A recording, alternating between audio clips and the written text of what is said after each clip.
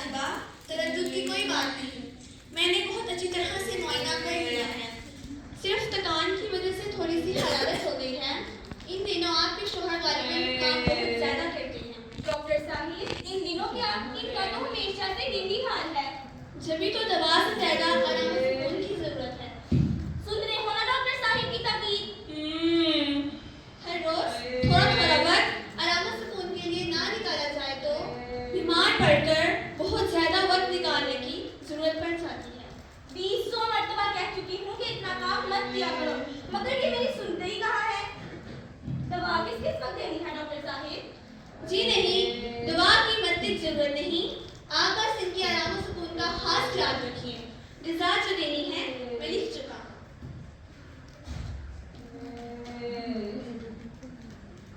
लल्लू, अरे लल्लू, लल्लू आया। एक बात अर्ज करूं बेगम साहिबा जी, मरीज के कमरे में शोरगुल बिल्कुल नहीं होना चाहिए। मुझे क्या मालूम नहीं डॉक्टर साहिब, आप इत्मीनान रखें, इनके कमरे में तो परिंदा भी पड़ नहीं मारेगा।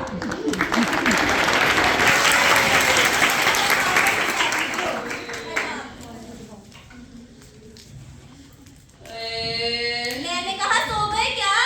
बस बस चिपके रहो। डॉक्टर साहिब सब तकीद करके गए हैं कि सारा वक्त आराम और सुकून में गुजारना है। समझ गए ना? क्यों बदन टूट रहा है?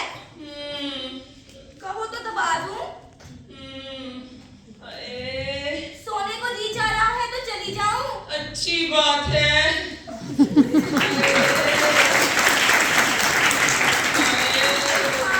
मुझे याद आया, अगर किसी किसी चीज की जरूरत हुई तो ऐसा करती हूँ, बुलाने वाली घंटी पास रख जाती हूँ।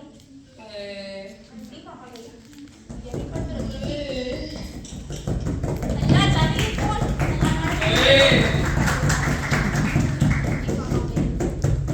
लल्लू, अरे लल्लू, कमरा देखो ये कौन तो बाकी बार डोले जा रहा है। घंटी कहाँ गई? यहीं पर तो रखी थी। सत्ता है बीबी जी, सत्ता घर में क्या बहरे बसे हैं जो कमर की जोर की कुंडी खटखटाता है। अल्लाह मारो को इतना भी हया नहीं कि घर में कोई बीमार पड़ा है। अरे भाई, अब बख्शो भी उसे। बख्शू कैसे? अगर इन लोगों को जरा सी भी ढील दो, ये लोग सर पर सवार हो जाते हैं। ये देखो मेज पर पड़ी है घंटी। ये सारी हरकतें इस लल्लू की ही हैं, जिसे तो कसम खा रखी है कि कोई किसी काले पर नहीं रखेगा। लल्लू, अरे लल्लू, तब बहुत कहाँ मर गया? जी बीबी जी बुलाया। कहाँ था? गोदाम से रेठे ढूंढ रहा था। कमबख्त तुझे अब तक रेठे नहीं मिल चुके? जी मोहलत भी मिले, इधर बुला भी जाता हूँ, उधर कोई बुला ले। हाँ, बड़ा काम रहता है ना बेचारे को, सर खुजाने की भी फुर्सत नहीं मिलती। चल भाग यहाँ से।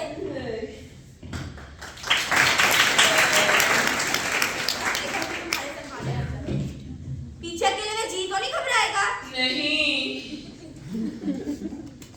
अरे हाँ, मुझे याद आया, डॉक्टर साहब ने जो दवा लिखी है वो तो मैंने देखी ही नहीं। नुस्खा कहाँ गया? यहीं पर रखा था। देखो, अभी अगर कूड़े में चले जाता। यखनी साबूदाना खिचड़ी क्या बना दूं? जो जी चाहे।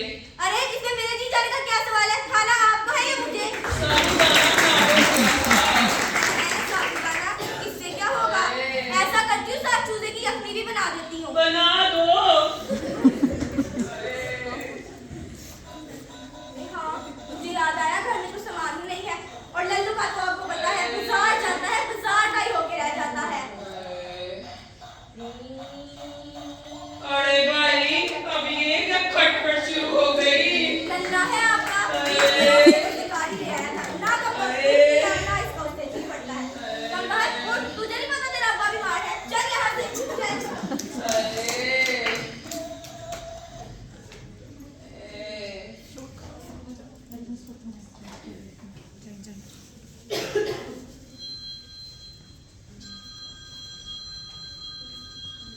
अरे भाई, कोई सुने भी? लगता है खुद ही उठना होगा।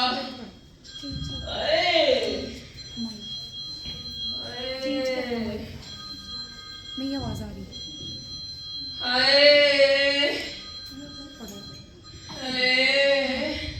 क्या है उसको? हेलो। मियां इशफाक बोल रहा हूँ। बेगम इशफाक, वो तो किसी काम में मसरूफ हैं।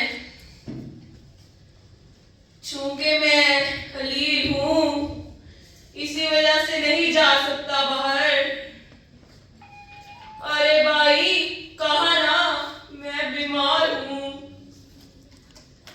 बदनसीब गुस्ताख कहीं की। हाय हाय अरे ये क्यों? तौबा तौबा, लेटो। हाय मुझे बुलाया था? हाय, तुम्हारा फोन था। किसका था? मुझे क्या पता, होगा किसी का।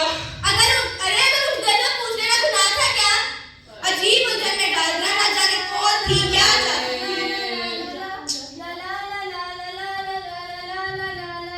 अरे भाई, खुदा के लिए इस हमसाये के बेटे का हारमोनियम और गाना बंद कराओ। अब इसे कैसे रोकूं? अगर रोका छिड़ गया तो? अब इसी की कमी रहती थी। अब इसे तो मैंने नहीं बुलाया।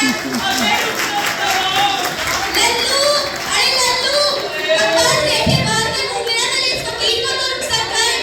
लल्लू, अरे लल्लू नामुराद, लल्लू। अरे तुम उठे क्यों? दफ्तर जा रहा हूँ। मगर क्यों? अलामुस कौन के लिए?